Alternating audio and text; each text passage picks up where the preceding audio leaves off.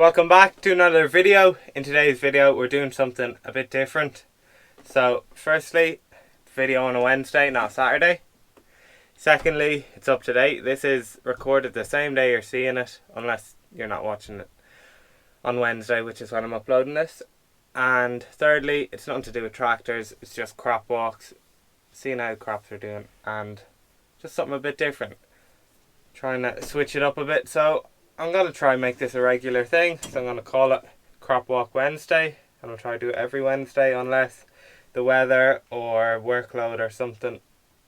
But I'll try to keep it up for a while anyway, see if people enjoy it. So if you've got any feedback about today's video, please leave it down below in the comments. Be much appreciated. But I'll try not ramble on too much because there'll be a lot of talking. But if you enjoy the video, give it a like. Don't forget to subscribe to the channel, and we'll get into the video now.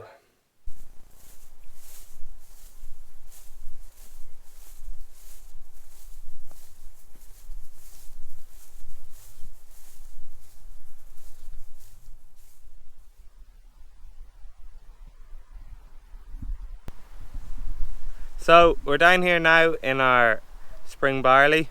This barley was sowed on the 22nd of April with an earth drill. The preparation we did here was I ploughed it with our press, we disked it once, and then we sowed straight into it with the earth disc drill. So as I said, it was sowed on the 22nd of April. The variety we sowed was Geraldine.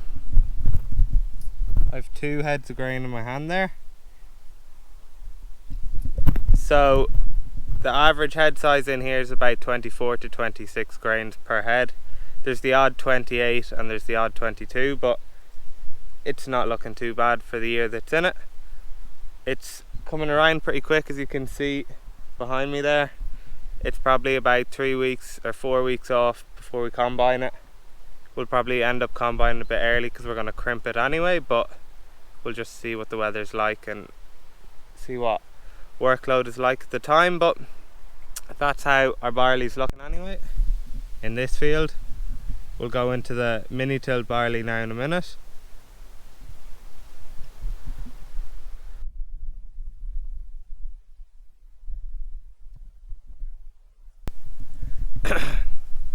So now we're down here in our mini tilled spring barley. This was sown the same day, the 22nd of April. It was also sowed with the earth drill, and when I'm saying mini tilled, basically we didn't plough, we just disked.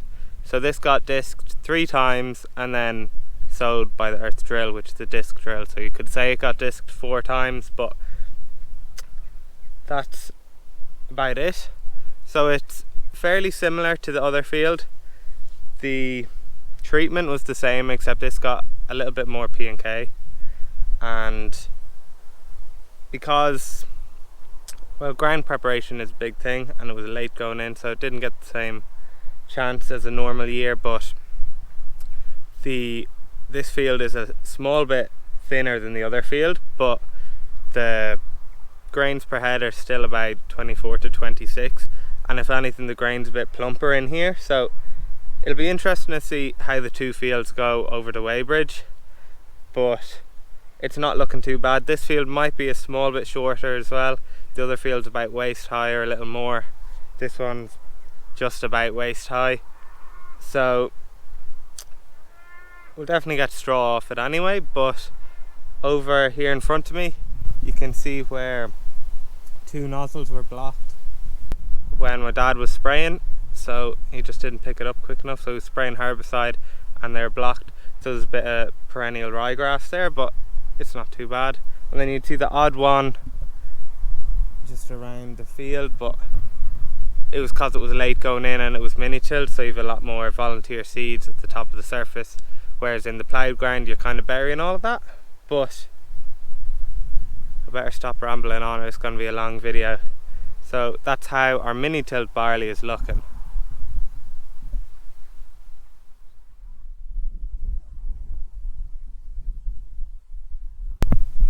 So now we're here in a bit of our arable silage.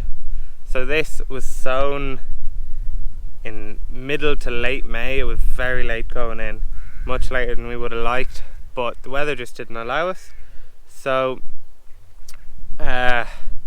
this field I'm in at the minute is kind of the corner where the spring barley is, but it was too wet to put spring barley in, and if you don't believe me, you can go back and look at the drone footage from trying to sow winter barley. This field was just in pure muck, so that's why it was left for arable silage. But it was still wet when we were sowing it, and it didn't get packed straight away, and the crows had a field week on it before I got out here and rolled it. So we reckon they got a good bit of seed, and that's why you can see it's a little thinner in spots. But here where I am now, it's not looking too bad, and the main thing is the grass is still good in it, because that's what arable silage is for. It's to get a good grass reseed, and we've definitely got that. It mightn't be the biggest yield we've had off arable silage, but it's done what we want, and we should have a nice reseed going into autumn. So yeah, this has got 26 units of liquid N, and it got the last little bit of the P and K that went on the spring barley, because it kind of just worked out nice to empty his spreader up here. So that's all it's got, and you can see it's not looking too bad at all. There's lovely grass down there. It's kind of lying over a bit, but you lift it up and it's a decent height, and the oats and the barley's there. The peas are flowering, so the pods are nearly starting to develop. I've seen the odd pod around, but not a crazy amount, nothing over hectic. But that's enough talking about arable silage, so we'll move on to the next crop.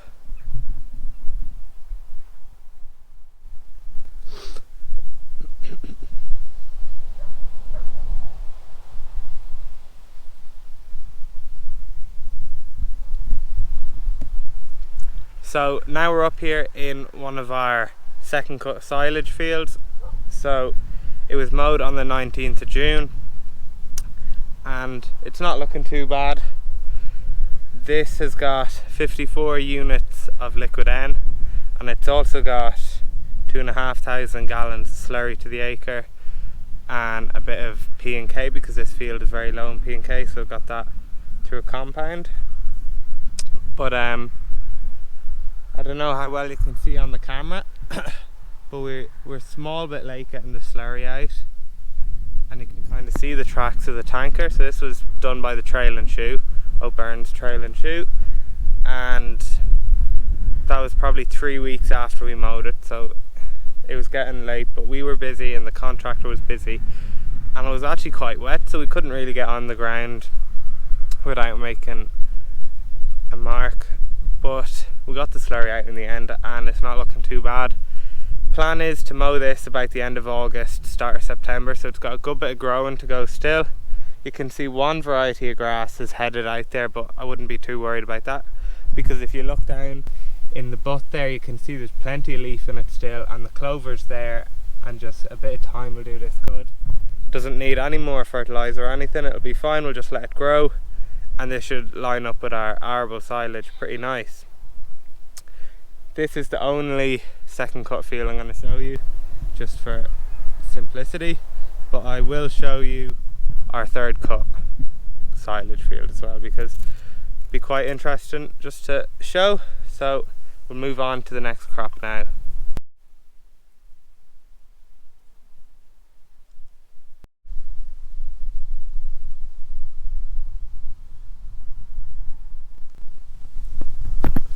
So we're up here now in our baby leaf field. I don't really do much about baby leaf on the channel at the minute, but it is the main crop around here. That's what we spend our time doing a lot. So this is kind of like our dairy cows. We're up early in the morning and harvesting and packing and grading the leaves. So like this morning we were up at 6:30 to do it. And if you've any questions about baby leaf salad or this video in general, feel free to leave them down below in the comments, and I'll do my best to get back to you. But these leaves here are what we'll be harvesting next week, so they're still a little bit small, but they're not looking too bad really.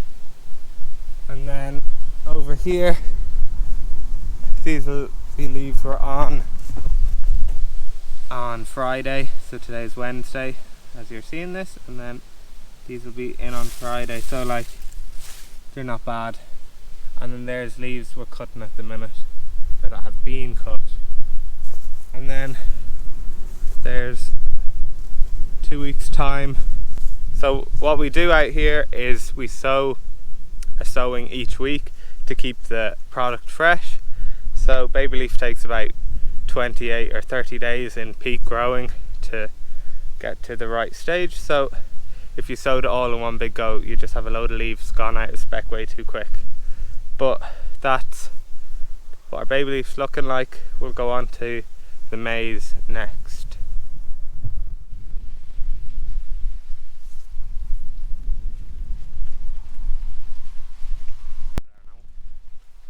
So we're up here now in the maize field, and as you can see it's about chest high.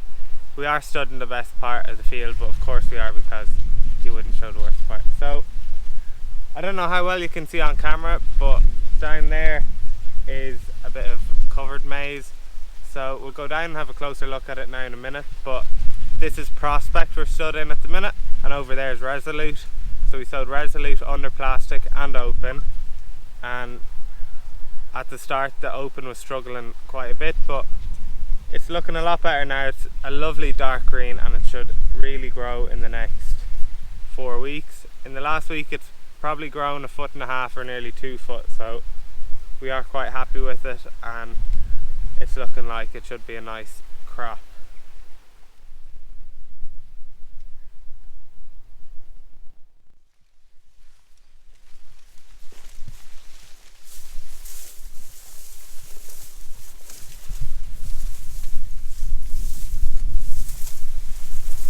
So now this is a little spot where my dad forgot to put on the pre-emergence when he was sowing, and as you can see the maize is really struggling in here. It's a really light green and the leaves are very thin, but all the open maize got sprayed with a post-emergence herbicide to kill all the weeds, so it's nice and clean. The weeds haven't quite died out of it down here yet, but they're in the process of it, and just shows how much maize hates competition. But just interesting to see.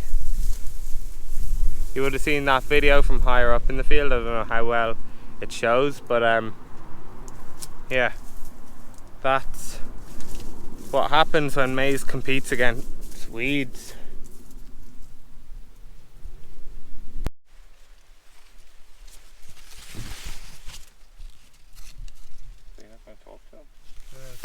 We're here in the covered maize, the biofilm, and we're in a bit of a test spot here at the minute. So we've got 3 rows sowed kind of one between 2, so it's a lot more dense than the normal maize, and as you can see it's the same height. Definitely not struggling at all. There's no difference in the 3 plants here at all, and then the rest of the maize is all the same height, so you can see it's probably about 8 or 9 foot in spots, but it's not looking too bad. We'll go down to the bottom of the field and we'll show the difference between the covered maize and the open maize now in a minute. So we're now down here at the bottom of the field showing the difference between the maize under plastic and the open maize.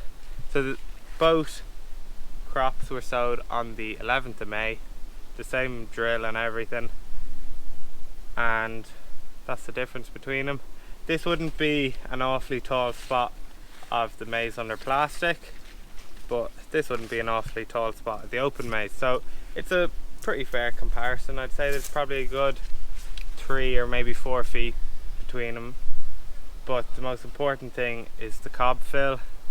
So there's no point having a really tall crop of maize if your cobs don't fill properly. So that's what we're looking at, especially over where we interdrilled, or where there were 3 rows in the space of 2. So we want to keep an eye on that and see how the cobs fill, because if there's no problem there, it'll open up a new window for next year and we might try something different. But that's all about the maize for today.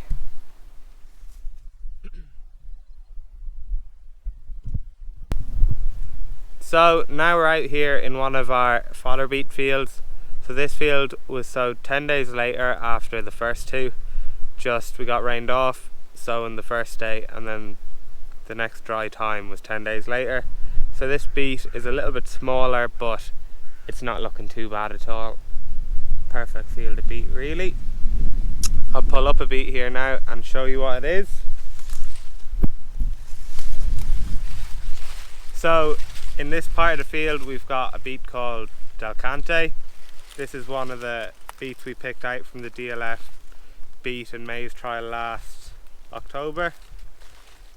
It's got a long way to go still, but we'll see now the difference 10 days makes on beet.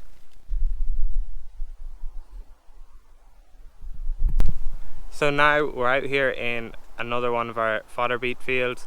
This one was sowed 10 days earlier than the last field you saw. So we've pulled out a beet here. This beet we're going to look at is Jammin. Our Jammin is the beet we've been growing for the last few years, and it's a low dry matter beet and it grows out of the ground, or not all out of the ground, but about 50-50 by the time it's fully matured. So it's great for strip grazing the sheep on, which is what we have been doing for the last 5 or 6 years. And then in a few of my older videos you would have seen we go along with our ST bar, which is a set of ripper legs, and it rips up the little beet that are left in the ground, and it does a great job. So we quite like Jammin, and it's been doing us good for the last few years, but we've got a few new varieties in this year, so we'll see if we can find one we like more than Jammin. But that's the difference 10 days makes on the beet.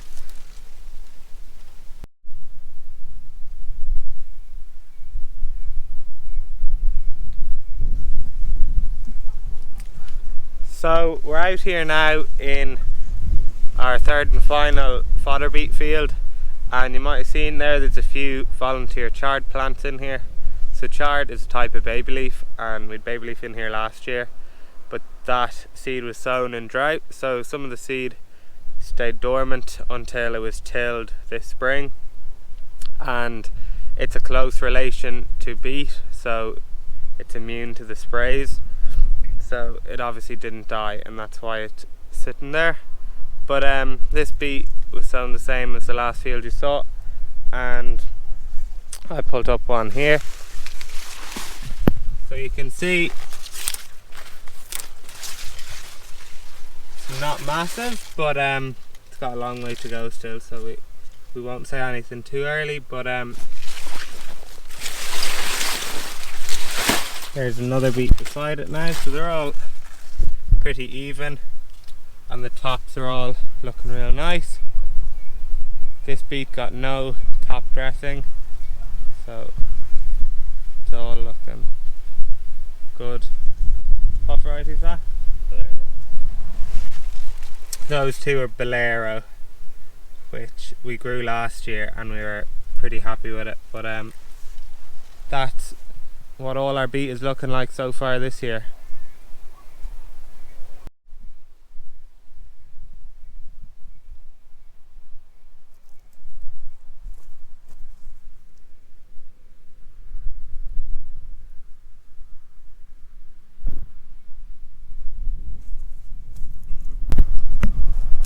So we're out here now in our third cut silage field. So you would have, or you haven't seen the video yet, but you just saw us take our first cut of bales off this field. We've taken the second cut and now it's regrown for third.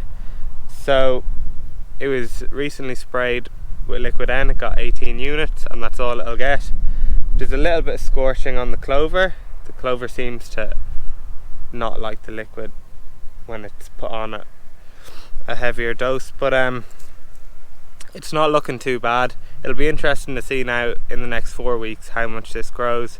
I want this to come in with the pit silage and the arable silage around the end of August, early September, but it'll be interesting. It might have to be baled a little bit later than that, but we'll see.